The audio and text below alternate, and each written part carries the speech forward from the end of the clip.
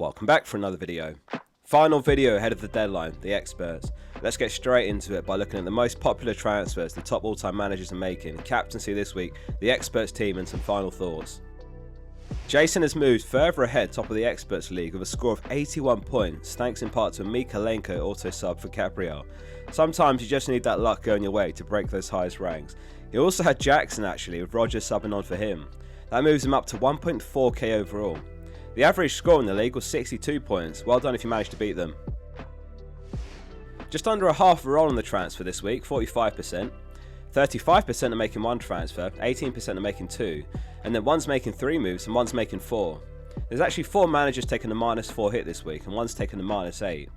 I had a look at all of those hits and they all either involve buying Salah or Trent this week. Though it should be pointed out, those last couple of hits to buy Salah are basically the last couple of managers that didn't own him. He's gone all the way up to 100% owned by all the experts now, compared to a surprisingly low 61% overall. So who are they buying and selling then? The number one transfer this week is Trent, 24% are buying him. I benched him last game week, which does point towards a start away at Everton, and they've got incredible long-term fixtures. He's the best defender for expected goal involvement, and they're the best defence for expected goals conceded. He quite literally ticks all the boxes. The most sold player this week is Mbumo, who over the last 5 game weeks has taken exactly 1 shot. A change to his role has seen him less involved in the attack, just 0.75 XGI over that run, which 113 other players can beat. So who are the experts buying then to replace him? Well, the most bought midfielder is Semenyo, 13% are going for him, ahead of Ipswich away. Outside of that, there's no one comparably priced. A few Haaland owners are downgrading him to help fund Salah and Saka, who are being bought by 6 and 4% respectively. It was a great game week for the Arsenal defence, with both Saliba and Timber scoring and keeping a clean sheet. Timber's the next most bought defender this week with 6%. 8% have had enough of Aït-Nouri and Lewis, who have both been sold by the same percent there. Van Heck and Gomez, a couple of other defenders being transferred in as well. Interestingly, 4 managers are selling Bruno, while 1 is buying him, which does go to show the variation in our setups. He's by no means a bad pick, but if you haven't got Saka, Salah or Palmer, then they're simply better right now. It's unlikely that we see Konate till the new year, so a further 4% are dropping him this week.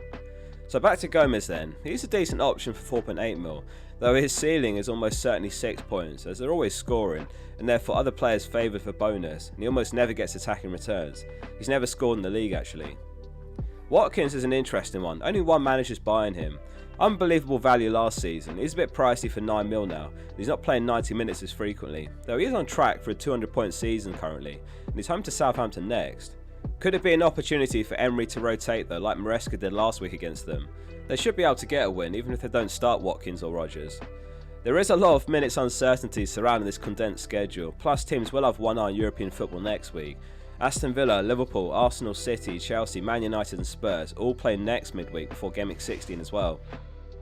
Moving on to experts captaincy, and this week it's very lopsided in favour of Salah. 87% are backing the Egyptian up against Everton. Let's try and make the case for someone else for a sec. So Palmer's facing Spurs, who Bournemouth just registered a record XG against them. No Vicario, Romero or Van der Ven, and Davies also went off with a potential issue there. So are we sleeping on Palmer as a differential captain, or is it pure madness to ignore Mo at this point? After all, he is flying through this season at quite literally record-breaking pace. No one's ever passed 150 points in 14 games. Actually, it's worth pointing out, Suarez actually would have back in 13-14, as he was suspended for the first 5 games of that season. He had 19 goals and 8 assists after 14 games he'd actually played. Anyway, whatever way you frame it, Salah is the man this season. Are any of you captaining anyone other than Salah? Let us know in the comments. So it's Palmer and Haaland on 5%, and then it's Saka, Jackson and Watkins of 1% each. So what did the market say this week then?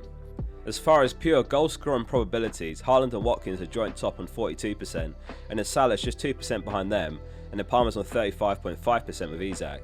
The midfielders of course get the edge when it's that tight with the extra point per goal and potential clean sheet point. What do the latest FPL review projections look like? Well, they've got Salah ahead on 6.6, though Palmer's not far behind on 6.3, Haaland as well 6.2, and then it's Watkins, Saka, Bruno and Bowen. Salah leads on pure underlying numbers as well, 13.43 expected goal involvement this season is more than any player.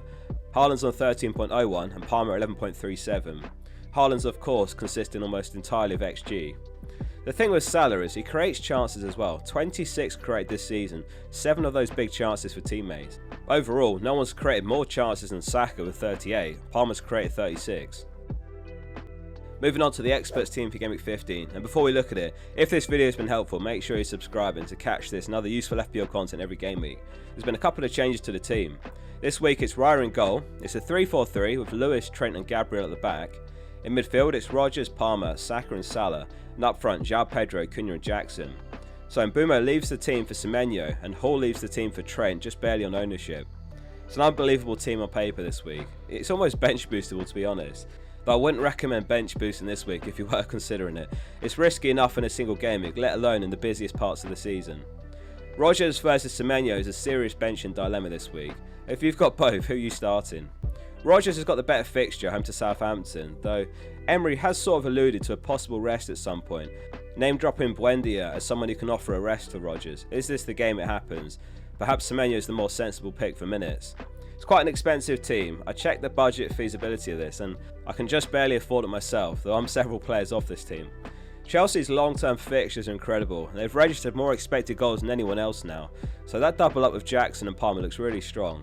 And of course he heads into this week with a full rest from the Southampton game. Raya in goal over Fabianski this week for the clean sheet odds, which favour Arsenal. Not a terrible week to play Fabianski if your team needs it though. I've got Lewis in defence over Aït-Nouri here. Perhaps following that rest last match, this is the game that Lewis comes back in, but you never know. Their clean sheet odds are significantly better than Wolves away at West Ham anyway. So as mentioned at the start of the video, Salah moves up to 100% ownership, with Palmer just behind on 99%. If you don't own either of these two, that tells you everything you need to know when there's that much of a consensus on a pick. So Saka's 87% owned, João Pedro 86%, Gabriel and Rodgers the other two over 70%. Haaland's in just 18% of experts teams now, the only player of negative ownership difference, comparing experts versus overall, with minus 27%. Moving on to the experts' final thoughts and tips for Gameweek 15, here's what they had to say. Marco says, I was between Salah and Saka for captaincy this week, but after Mo's relentless performances and his haul against Newcastle, how can you back against him, despite the early kickoff? Aman Talks FPL says, Trent's attacking prowess that he's been promising on looks like it's finally starting to deliver. With good fixtures upcoming, he's not a player everyone will be able to get to, so now feels like a perfect time to jump on him and hopefully reap the benefits. Stuart Brandt says, I had enough of Aït-Nouri, he has to go, and Timber looks worth the 1 million saving on Van Dijk. It leaves me with over $1 million to upgrade the defence or goalkeeper in subsequent weeks. Matt Brooks says, the midweek games are a great reminder going into a busy Christmas period of the value of at least 1 or 2 decent options off your bench to help with surprise rotations. And lastly, Ash Patel says, I will be rolling transfers for the foreseeable future. Every week my transfers and benching decisions seem to backfire, so I'm going to try and take a step back and see what happens with my team. Thanks for watching. Hit like if this was helpful to support the channel. Big shout out to the experts. They had barely a day to get the responses in for the last couple of videos and they came through. We'll be live right here for the deadline in the morning as well. See you all then.